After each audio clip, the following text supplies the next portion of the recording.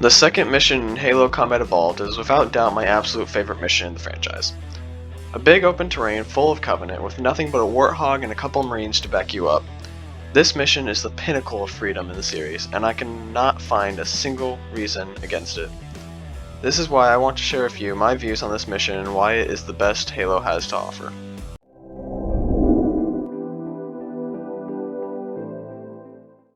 First, I will explain and analyze the mission, then follow up with specifics on why I think it is the best mission in Combat Evolved. The mission opens directly where the last one left off. We are falling through the ring's atmosphere as the pilot mentions an air brake failure, which we know can't be good. She says that she's losing her, and we crash. When we come to, we see that we're the sole survivor. This makes our already difficult situation even worse. Now we are stranded on a ring world by ourselves with the Covenant immediately on their way. Pretty soon, dropships and banshees arrive and we must decide to fight or run. I love how it gives us this option. However, I always choose run because it saves time and lets me get to the better part of the mission faster. However, I love that it gives us this choice right off the bat with almost no time to decide and think about it. As you make your way into the hills, you come across some Covenant before reaching a structure. In this structure, there are a handful of Marines who are currently being swarmed by enemies. This encounter sets up the primary objective for this mission: locate Marines and rescue them. You can resupply at the top of the tower and proceed to fend off wave after wave of Covenant. These waves progressively get harder as more and more come in. However, the best part is that it doesn't continue for far too long and it doesn't become repetitive. After a good amount of waves are cleared, you meet Echo 419, or Foehammer. They deliver you a Warthog and you are clear to set off into the hills after the lifeboats you witness crashing. When you make your way into the hills, you find a tunnel which leads to the free roam area of the level. However, before you make it through the tunnel, you arrive at a bridge with enemies guarding the controls to it. I'm sure this section was added solely for the mission to not be so short, and so the tunnel had some significance aside from being a means to get from one area to the next. Cortana uses this time in the tunnel to update us on a couple things, such as her monitoring the Covenant's communications, locating the Pillar of Autumn's crash site, and where the Covenant are holding Captain Keys, which doesn't technically happen until the end of this mission. When you reach the bridge, there are enemies you have to face, and then make a short climb to the top of a wall before you can activate the light bridge. This whole area is just so the level doesn't get boring while you're driving through a cave. Also, while we are on the subject of the bridge, I wanted to point out how it being a light bridge makes the whole level just seem more futuristic than if it was just a normal bridge, like the Buckingham or something. After you make it out of the cave, we are greeted by some open field and some epic music.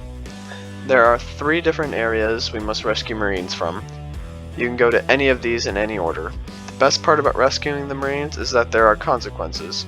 If you fail to protect the Marines, they can easily die, which adds a challenge to the mission.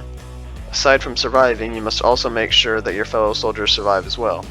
If you are successful in protecting the Marines, they will join you in the Warthog, if you have open seats available, of course. After the first rescue, Foehammer will tell you where the other 2 lifeboats are, and you can proceed to rescue them too. The 3 groups of Marines are held up on a cliffside, the head of a river, and in the hills. This provides us with 3 unique locations to fight in, and it makes driving around that much more fun, because each area is different. The entrances to each encounter are marked by blue lights. This makes it harder to get lost and easier to find the Marines. Upon rescuing each set of Marines, Cortana says that she found Captain Keys, and we learn he is on the Truth and Reconciliation, a Covenant ship Cortana disabled in the battle from the last mission. This sets up the next mission as Cortana calls in Foehammer to extract us and the survivors before heading out to rescue the captain. The mission ends with a short cutscene, which leads right into the next mission. As I said in my analysis video of the Pillar of Autumn, the mission leads right into the next one and continues the story in a straightforward manner, keeping us intrigued and interested. Now technically, this mission, in theory, would be shorter than Pillar of Autumn, but because of the concept of multiple waves that you have to defend, this mission is just longer, So now that I've explained the premise of the mission, I would like to explain why it is my favorite mission in the series.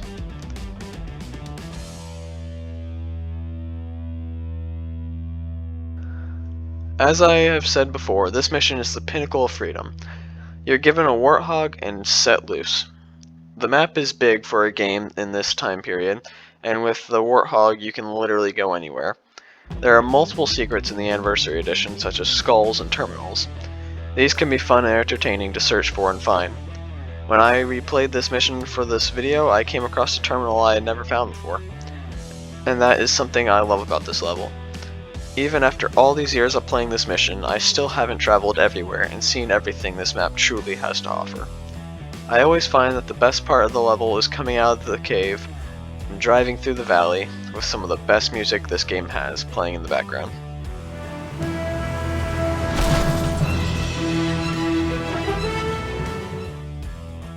The layout for this mission is also important to note because they made each encounter different and interesting. The first time we have to protect Marines is at a Forerunner structure, and there are multiple waves of Covenant flooding in. The second time we defend Marines can be different based on where we decide to go first. The game gives you the choice as to the order you help the Marines in. You can go to the rock slide, riverhead, and then end on the cliff, or just as easily do the opposite. My favorite part about this freedom of choice is that wherever you end is where the mission ends, and Echo 419 will land and fly off in a different spot. The cutscene that plays immediately after you board the ship will also be different depending on where you end, aside from the dialogue and music. That's still the same. But the location's different.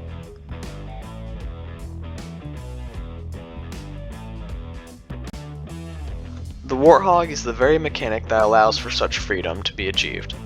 While there is an achievement for completing this mission without driving a Warthog, the most fun part of this level comes from the vehicle itself. This is the first mission we get the Warthog in, and we are immediately thrown into a joyride. As I mentioned before, the Warthog lets you go anywhere in the level, and it's also a lot of fun to try and get the Warthog where it's not supposed to be, such as inside the Tower of the Cliff. I've literally gotten it stuck there before. The Warthog also became a sort of tradition in Halo, with future levels such as the Silent Cartographer, Delta Halo, Savo Highway, the Ark, and many more. The Warthog has also most notably been used in the famous Warthog runs in the final missions of Halo Combat Evolved and Halo 3, the Maw and Halo, respectively. These Warthog runs were always a joy and have become famous in Halo games. The reason I think Halo is the best of these Warthog missions is because while most only incorporate the Warthog in some parts of the level, Halo bases the whole mission around the Warthog. Of course, this is similar to Savo Highway, where you get a Warthog in the beginning and all you have to do is get out to shoot down a couple of barriers. Aside from that, it is possible to complete the entire mission without leaving your vehicle. I think that Halo is better in its use of the Warthog because the mission still has you fight enemies and complete objectives. Savo Highway only requires you to kill the final set of enemies to beat it. Other than that, you can just drive past them without any danger to you. Despite my criticisms of Savo Highway, I do want to note that I actually love that mission, and I just think it could be a bit more like Halo, which would have improved it.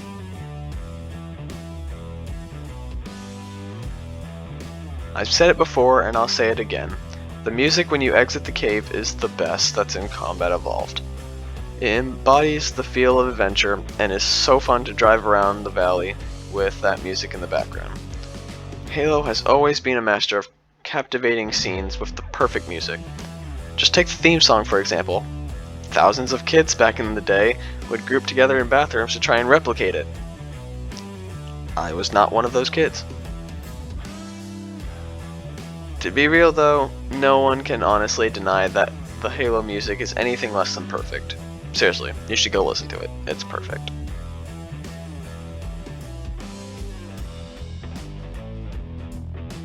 Finally, the teeny tiny details that just top it all off. From details such as Marines, structures, and even the Halo ring itself. To begin with, the Marines have some great dialogue and reactions throughout the mission. One such example is at the first structure where a Marine says that he thought he was a goner until we showed up.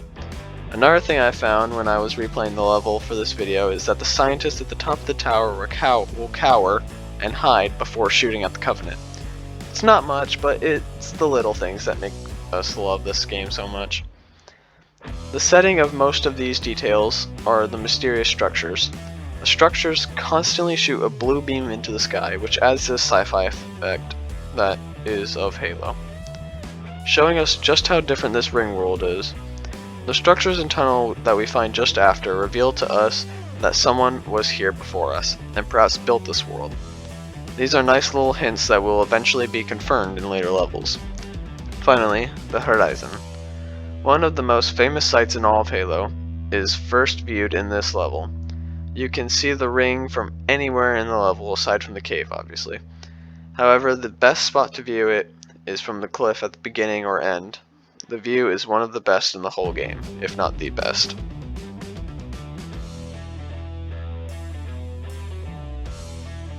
The mission Halo will forever be my favorite mission in any Halo game. The mission is full of freedom, adventure, secrets, and enjoyment. It is clear to any Halo player that Bungie really cared about this game, and I believe that it is completely expressed in this mission. Thank you all for watching, and if you did enjoy, a like and subscribe would be appreciated. However, it is your choice. Don't forget to stay tuned for my next video where I will be collecting every skull in Halo Combat Anniversary. Until then, have a blessed day.